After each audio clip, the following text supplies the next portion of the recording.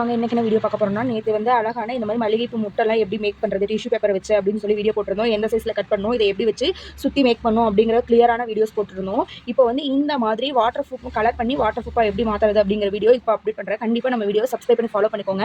அப்போ தான் டெய்லி போடுற வீடியோஸ்லாம் உங்களுக்கு அப்டேட் ஆகும். எல்லா ஃப்ளவர்ஸும் எப்படி மேக் பண்ணுறது, அதை எப்படி வாட்டர் ப்ரூஃபாக மாற்றுறது, எப்படி அது ஒரு பிஸ்னஸாக கொண்டுட்டு போகிறது, இல்லை ஓன் யூஸ்க்கு நீங்கள் எப்படி அதை யூஸ் பண்ணிக்கலாம் அப்படிங்கிற கண்டென்ட் எல்லாமே ரெகுலர் வீடியோஸில் நம்ம போஸ்ட் பண்ணுவோம். கண்டிப்பாக செக் பண்ணி பாருங்கள்.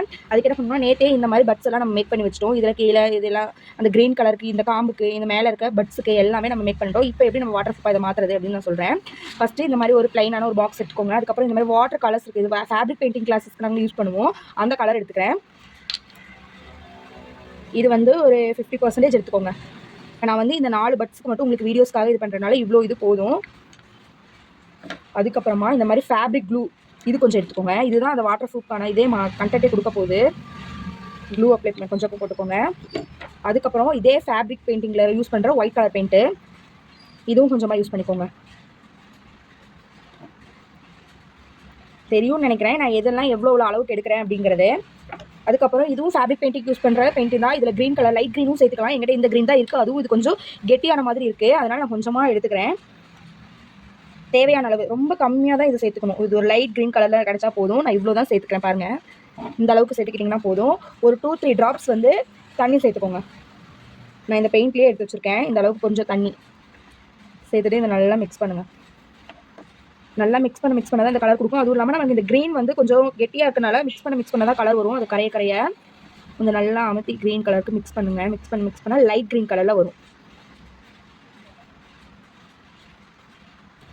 மிக்ஸ் பண்ண இந்த மாதிரி ஒரு லைட் க்ரீன் கலரில் வரும். இதை அப்படியே கொஞ்சம் ஓரமாக வச்சுருங்க. இப்போ நம்ம ஒயிட் கலருக்கும் ரெடி பண்ணிக்கலாம். இது வந்து அந்த காம்போட கலரு. வீடியோக்கு எப்படி தெரியுதுன்னு தெரியல. இது ஒரு நல்ல க்ரீனிஷான கலர்ஸ் தான் வந்திருக்கு. இப்போ வந்து அந்த ஒயிட் கலரையும் நம்ம மேக் பண்ணிக்கலாம். அதுக்கு மறுபடியும் நம்ம கொஞ்சம் ஒயிட் கலர் பெயிண்ட் எடுத்துக்கலாம். அதே ஃபேப்ரிக் பெயிண்ட் தான் ஒயிட் கலரில் எடுத்திருக்கேன். அதுக்கப்புறமா இந்த மாதிரி ஃபேப்ரிக் க்ளூ கொஞ்சம் எடுத்துருக்கேன். அதுக்கப்புறம் இதுக்கு முன்னாடியே சொன்ன மாதிரி தண்ணி கொஞ்சம் ஆட் பண்ணிக்கலாம். நல்லா மிக்ஸ் பண்ணிக்கோங்க. நல்லா இந்த மாதிரி மிக்ஸ் பண்ணிவிட்டு இது எப்படி ஃப்ளவருக்கு நான் அடிக்க போகிறேன் அப்படிங்கிறத சொல்கிறேன். இந்த மாதிரி நல்லா மிக்ஸ் பண்ணிக்கோங்க. அந்த கம்மு, வாட்டர், இந்த பெயிண்ட் எல்லாம் நல்லா மிக்ஸ் ஆகிற அளவுக்கு யூஸ் பண்ணிக்கோங்க.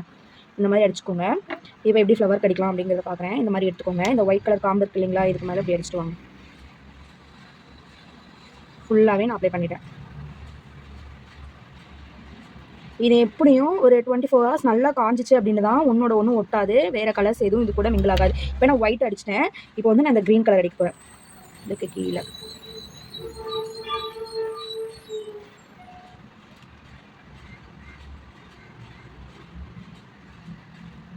பார்த்தீங்களா, ரொம்பவே அழகாக இதை நான் பெயிண்ட் பண்ணிட்டேன். இப்போ வந்து இதை நம்ம இப்படியே வச்சிட்டோம் அப்படின்னா கீழே அங்கேயும் விடுற மாதிரி ஆகிடும். அதனால் நான் இந்த மாதிரி ஒரு பாக்ஸோ எங்கிட்ட நான் இதை நிறையா மேக் பண்ணும்போது வேறு ஒரு பாக்ஸ் வச்சுப்பேன். இப்போ உங்களுக்கு வீடியோஸ்க்காக இந்த மாதிரி வைக்கிறேன்.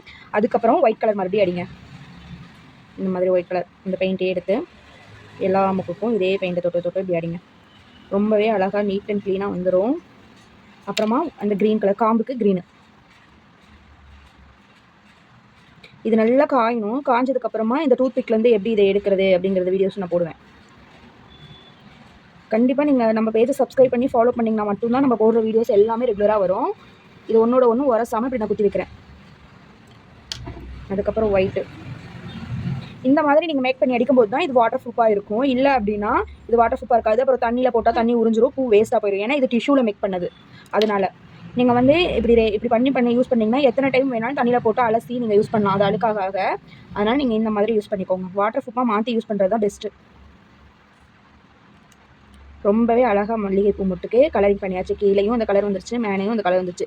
இது நல்லா காஞ்சதுக்கப்புறம் இந்த டூத் பிக்லேருந்து எப்படி எடுக்கணுங்கிற வீடியோஸும் நான் போஸ்ட் பண்ணுவேன். கண்டிப்பாக செக் பண்ணி பாருங்கள்.